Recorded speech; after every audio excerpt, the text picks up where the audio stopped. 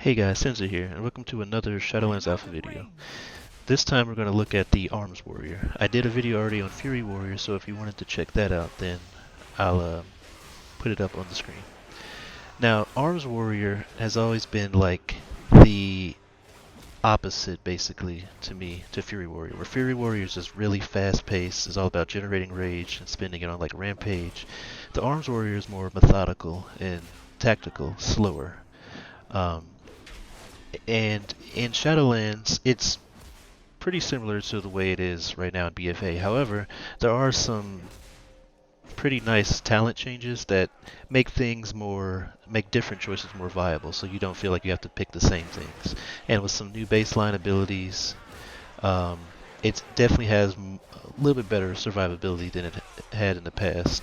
Though I do still feel like Fury Warrior is better overall in terms of um, like questing and open world content survivability. But yeah, Arms is still uh, pretty nice if you liked it before, and I think it's even better. And I actually can't wait to see how it performs with um, the preferred Covenant ability and then like legendaries and stuff. But let's go over the general class changes.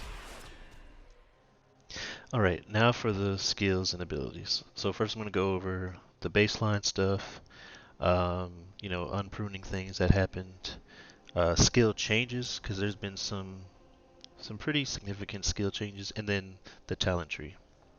So first, Arms Warriors and Warriors in general, baseline they get Ignore Pain for all the specs. Ignore Pain, Intervene, um, Intimidating Shout, Shattering Throw, which is new. Well, it's an old skill that they're bringing back, which basically does damage and removes, ignores armor, removes magical immunities, and deals 500% increased damage to absorb shields. And then also you can use Shield Block and Shield Slam, though it does require a shield, and then Spell Reflection. So, and then as you level up, you'll be able to get Challenging Shout and Rallying Cry. And as arms, you actually get Piercing Howl now, um, because that used to be Fury only, and I believe that's it in terms of baseline um, skill abilities. So now let's talk about some of the changes that were made. Um, well, one thing to talk about is just the difference. Arms Ignore Pain costs 40 rage, whereas Fury Ignore Pain costs 80 rage. Because Fury is generating rage much more frequently, that's why I'm assuming it costs more rage. Now, um, Whirlwind is one of the abilities that got hit by the AoE nerf. So it hits only up to 5 nearby targets, whereas in BFA, it's just anybody, all enemies within 8 yards. So, that's one change.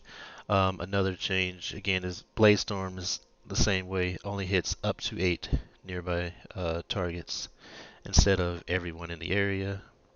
It also has a slightly longer cooldown at 1.5 minutes instead of 1 minute. Um, let's see here.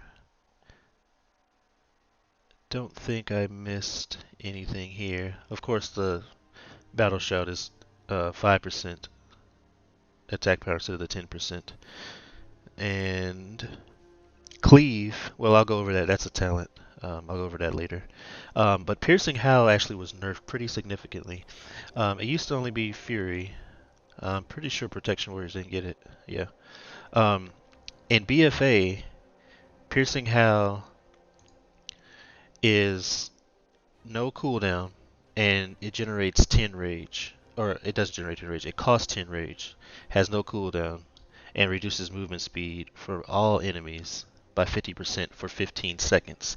In Shadowlands, it doesn't cost anything, but it has a 30-second cooldown now.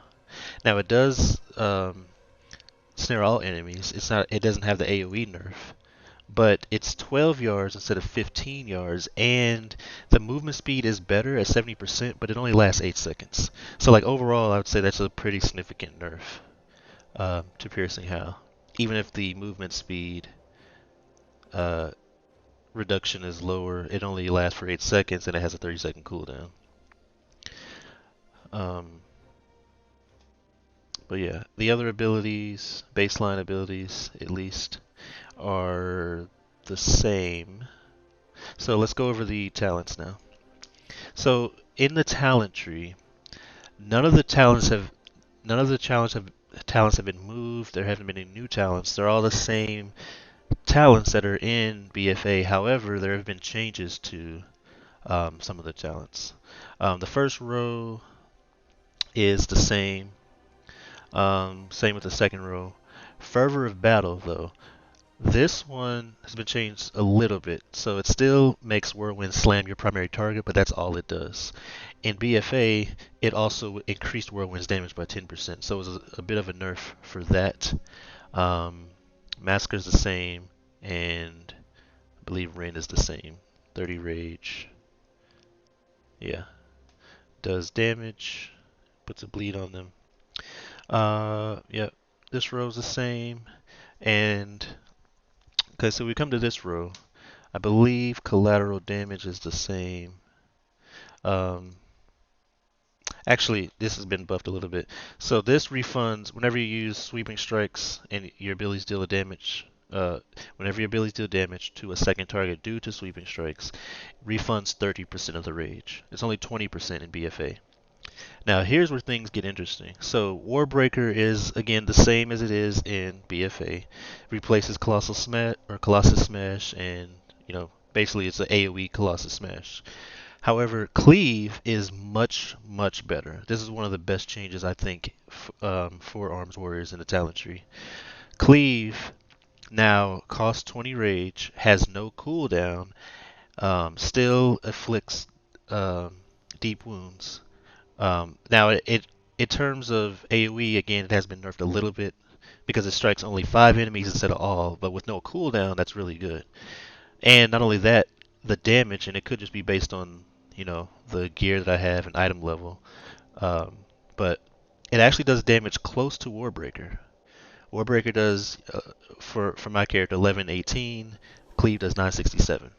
In BFA, Warbreaker does way more than twice as much damage as Cleave does. And on top of that, in BFA, Cleave has a cooldown. So, Cleave is definitely really good right now, and I think, at least currently, better than Warbreaker. There are times when you might, you're probably going to want that because it is a 30% increase in damage to all those targets. So that is really good. But having no cooldown on Cleave and being able to do deep wounds immediately over and over again is really nice. So that is a really good change, and I've loved using Cleave so far. And then the rest of the rows are pretty similar. In for the kill, still the same. Avatar, I believe, is the same. Yeah, yeah. 20 rage deals 20% more damage. Um, yeah, remove stuff. So Deadly Calm. Deadly Calm is different. So in BFA, Deadly Calm reduces the rage cost of your abilities by 100% for 6 seconds. And it has a 1-minute cooldown. In here, it reduces the rage cost of your next 4 abilities, so not 6 seconds. But it also increases your maximum rage by 30. So this could actually be pretty good. I actually personally haven't used Deadly Calm yet, but um, because I just like in for the kill. But it's clear that they're with Cleave and Deadly Calm changes. They're trying to make uh, more competitive choices in the talent tree. And then, of course, with the nerf to Fervor Battle, it's only like a 10% damage nerf, but that might make, Rend and Massacre more viable. Um, but yeah, Daily Calm and Cleave are really nice. And Anger Management and Dreadnought, um, Anger Management's the same. Dreadnought and Ravager have been changed a bit. So Dreadnought actually, it does the same thing as in BFA, where it gives you 2 charges of overpower. However, they put the seismic wave. I forgot the actual name of it. The seismic. It was an Azerite trait that made it so that overpower did AOE damage. Um, so bake that into the Dreadnought to make it even better. And then Ravager, the change to Ravager, I think it's the only change. Let me just check again. Um, yeah, it's the AoE nerf with 8 enemies, but it does not replace Bladestorm, which means you can actually take Ravager and just have a spinning warrior all over the place. You can with Whirlwind, Bladestorm, and Ravager all at the same time. So you're just spinning out of control. But it is a 1 minute cooldown instead of 40 seconds. And yeah, of course the nerf, the AoE nerf. But it is nice to be able to use both Ravager and Bladestorm now. Um, but I like Dreadnought. Because I personally liked using Dreadnought just because it smooths out the rotation a little bit better, especially when you have Skull Splitter. But it's just usually not as good. So